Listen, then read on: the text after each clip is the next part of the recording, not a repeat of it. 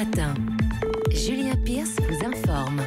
8h18 sur Europe 1. Bonjour Agnès Buzyn. Bonjour. Ministre des Solidarités et de la Santé, merci d'être avec nous ce matin. L'épisode de canicule qui sévit en France depuis maintenant 2 semaines touche peu à peu à sa fin. Agnès Buzyn, dans quelques minutes, dans un peu plus d'une demi-heure, vous allez réunir tous les acteurs mobilisés par le plan canicule, hôpitaux, maisons de retraite ou encore associations d'aide aux sans-abri. Madame la ministre, quel bilan allez-vous tirer avec eux? Est-ce que, selon vous, le dispositif mis en place a fonctionné? Alors, je tirerai un bilan une fois que tous les services et toutes les directions de mon ministère m'auront fait un retour en fin de matinée. Mais d'ores et déjà, on peut dire que s'il y a eu une suractivité dans certains services d'urgence dans les zones touristiques, cette suractivité n'a pas été liée ou assez peu liée à la canicule, puisque le nombre de passages aux urgences qui a été remonté au ministère lié à la canicule représentait entre 3 et 6% des passages aux urgences tous les jours depuis 15 jours. Donc on voit bien que la suractivité est essentiellement liée à l'été, mais aux activités notamment nautiques en PACA.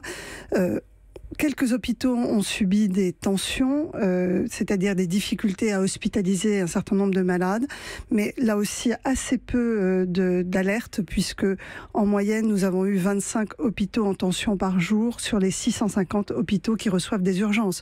Donc une activité qui était un peu renforcée comme tous les étés, assez peu liée à la canicule, et donc pour l'instant pas d'alerte majeure. Agnès Buzyn, la canicule de 2003 avait été soudaine, 15 000 morts, on s'en souvient. À l'inverse, cette année, le phénomène a été plus lent, plus progressif. Est-ce que ça a facilité le travail des professionnels de la santé? Est-ce que, au final, nos organismes se sont habitués plus facilement à ces fortes chaleurs? Alors, c'est une hypothèse, mais je pense surtout que les choses étaient anticipées. C'est-à-dire que depuis l'épisode dramatique de 2003, il y a eu un plan national canicule qui a été mis en place, qui s'est amélioré d'année en année, de façon à toucher tous les publics et à prendre en compte les retours d'expérience des différentes canicules de 2006 et de 2015 ou 2016. Aujourd'hui, nous avons un plan qui mobilise énormément d'acteurs de terrain, des associations qui vont voir les sans-abri, des professionnels de santé, que ce soit dans le secteur libéral ou à l'hôpital qui reçoivent les gens. Les établissements pour personnes âgées, les EHPAD, ont des plans canicules qui permettent d'utiliser des brumisateurs, d'humidifier les personnes âgées, de les faire boire, de les mettre dans des pièces qui sont climatisées. C'est obligatoire maintenant dans les EHPAD. Et en réalité, toute cette anticipation de la crise, cette organisation en amont, qui est évidemment animée par le ministère de la Santé, je pense, porte ses fruits. Je crois aussi qu'il faut remercier les médias qui ont été un excellent relais des messages de prévention, et je pense que tout le monde s'est accaparé et s'est approprié plutôt ces messages de prévention, ce qui a abouti au résultat a priori plutôt rassurant d'aujourd'hui. Agnès Buzyn, est-ce que vous savez d'ores et déjà si cet épisode de canicule a fait des victimes ? Alors, je pense qu'il en fera. Il y a, à ma connaissance, un sans-abri qui est décédé en région parisienne, probablement lié à la canicule, ou en tous les cas possiblement. Nous avons certainement des personnes âgées qui, du fait de pathologies chroniques, de maladies chroniques, risquent de s'aggraver du fait de la déshydratation. Et je n'aurai le bilan de la mortalité que dans un mois. C'est le temps qu'il faut pour récupérer les données de mortalité. Je m'attends évidemment à une petite surmortalité. Je ne suis pas capable aujourd'hui de donner un chiffre. Alors, il y a un point qui est problématique et qui a été mentionné, Agnès Buzyn, c'est le manque de climatisation dans certains hôpitaux. On a entendu des médecins expliquer qu'ils pouvaient faire 37 degrés dans les chambres des patients. C'est la température relevée, par exemple, au centre hospitalier d'Auxerre, 36 à l'hôpital Saint-Antoine à Paris. Pourquoi est-ce qu'il n'y a pas, comme c'est désormais obligatoire, comme vous venez de le dire, dans les maisons de retraite, de la climatisation dans tous les hôpitaux, Agnès Buzyn ? Alors, c'est lié en fait à l'ancienneté de certains hôpitaux. Certains hôpitaux ont plus de 100 ans, on le sait. D'autres ont été construits dans les années 70, à une période où les épisodes caniculaires étaient extrêmement rares.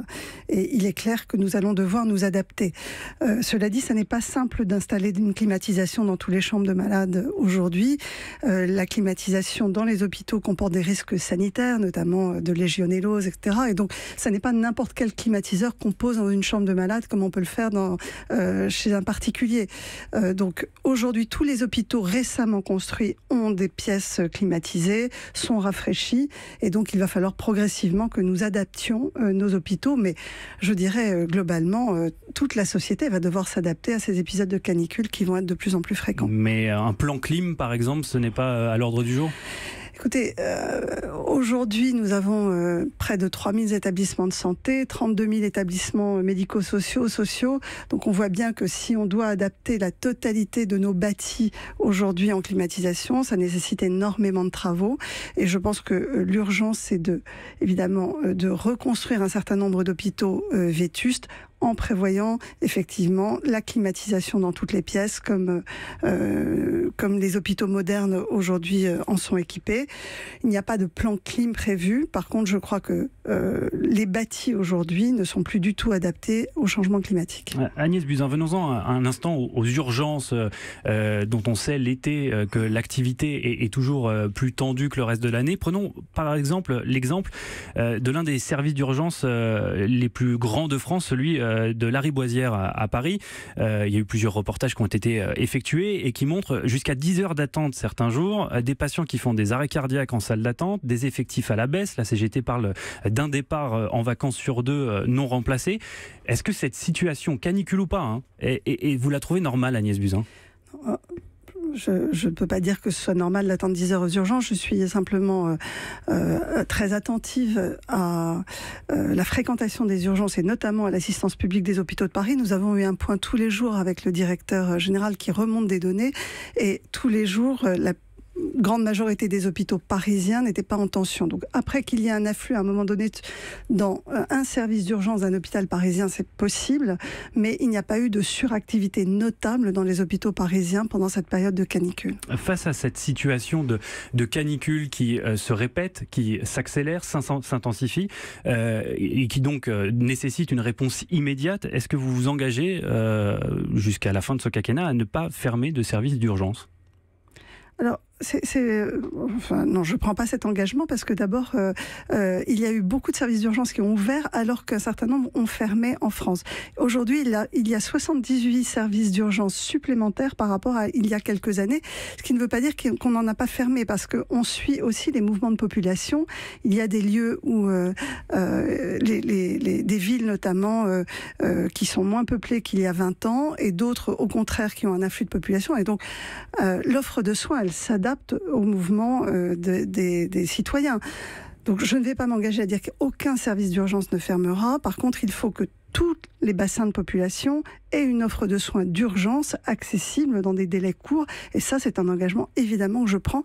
D'ailleurs, nous allons présenter en septembre ou en octobre, en tous les cas très rapidement à la rentrée, une réforme du système de santé, avec notamment l'organisation des soins de proximité et dans lequel il y aura évidemment des mesures pour permettre à tous les citoyens d'accéder aux urgences. Agnès Buzyn, pendant que la plupart de vos collègues sont en vacances, vous ne vous êtes pas économisé, vous étiez partout, que ce soit sur le terrain ou dans les médias comme ce matin. Au final, cette canicule, c'est quoi ? C'est l'opportunité de renforcer votre place au sein du gouvernement aussi ?